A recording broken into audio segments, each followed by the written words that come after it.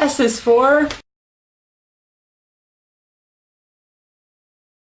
This is my favorite book series ever.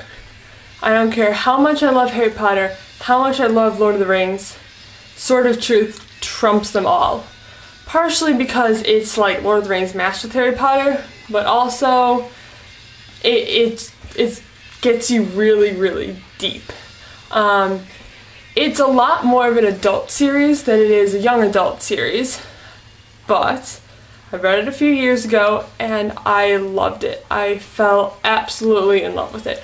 I actually first heard about it because they tried to do a TV series called Legend of the Seeker based on the first book, which was interesting. It caught my interest, and then I saw, hey, it's based on a book. I'm gonna go read the book.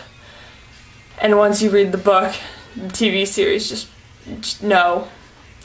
The TV series was more like fan fiction. It was more like they took the concept and then just ran with it in another direction and didn't follow the plot at all. But, so the book series, really good. It starts off with Wizard's First Rule by Terry Goodkind. And the sort of basic premise is there's a guy, Richard Rahl, who is... How do I do this? I'm going to give you a synopsis of the series as a whole, so there's some kind of minor spoilers for the first book, but nothing that will deter you from reading, because it's awesome. This guy, Richard Rahl, that is the heir to this huge emperor, the Daharan Empire. He doesn't know that. He is just a small, like, sort of country boy who, like, chops wood for a living and lives in this village with this crazy wizard named Zed, or Zedicus Zulzerander, because, you know, all crazy wizards need a great crazy wizard name. So all seems awesome and peaceful until this girl, Kaylin, or Kalan as my friend pronounced it, but I like Kaylin. So Kaylin comes in and kind of completely stuns Richard.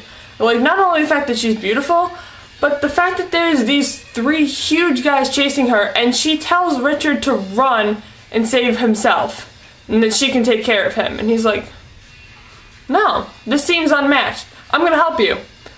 She's like, no, you're gonna die if you do this, just go. He's like, no, I'm not leaving you here alone. Allergies.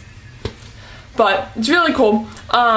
He ends up discovering lots of cool things about himself, including the fact that he has magic, and Kaylin is a confessor, which means that she has this power, so as soon as she touches you and, like, relinquishes her control on her power, you instantly become her servant. In every way, your entire being is bent on doing her will and pleasing her. So if that means killing yourself, you are happy to do so in any way you can. It makes you less than human. You care for nothing except pleasing her. And it's really cool. And the problem is, Kaylin's the only person left with this power, and there's people trying to hunt her. Except it also means that she's really lonely, because no matter, even if there's a guy that she does happen to fall in love with, she can't be with him, because if she slips control for one split second, he becomes just a slave to her, and there's no way to reverse it. So, problem.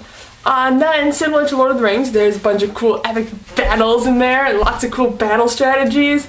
And there's awesome prophecies that make, like, no sense, and then blows your mind with how accurate they are, but how mind-blowingly weird and twisted it is, and it's so cool.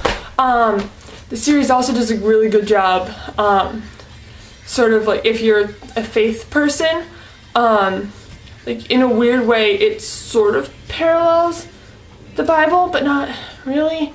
It's hard to explain. But my favorite book out of that series is Faith of the Fallen, which, without giving too much away, it's sort of, somebody kidnaps Richard and strips away, like, all his powers and takes him away from everyone he knows, and the idea is that she has seen, when she first met Richard, she saw, like, this special gleam in his eyes that previously she'd only known in her father. And so she is filled with the desire to figure out what this special gleam in his eye is, because she wants to have that too. Except she's kind of going about it the wrong way, so she's kidnapping Richard and essentially sort of making him her slave. And she thinks that he needs to like learn how to live the simple way with like the people in the villagers that don't have much for a living and are the people waiting in line for bread each day because they can't get work. But through all this, Richard just keeps working and doing what he always does, and his natural charm is making people love him and all these things. And even though like he's sort of just being punished, he really deep down cares about the girl that is kidnapping him, and he would sacrifice himself to make her see. And it's just so beautiful, and I think I cried at the end of it, but it's so lovely, and it just makes me really happy thinking about it. And there's a new book coming out this summer. It's called The Third Kingdom. Now the problem is we've only got a like sort of like promo cover for it, and what it says on the cover is, if you wanted Richard and Kaylin to live happily ever after, you should have stopped at Omen Machine. What? Because the problem is Omen Machine ended with a prophecy that seems to foretell imminent doom, death, destruction. So I don't know where on earth this is gonna go, but it's a really good series. You should totally check it out. I don't care what books you're into, you should check it out and read it and love it and tell me how you love it. That's it from me. I will see you next week.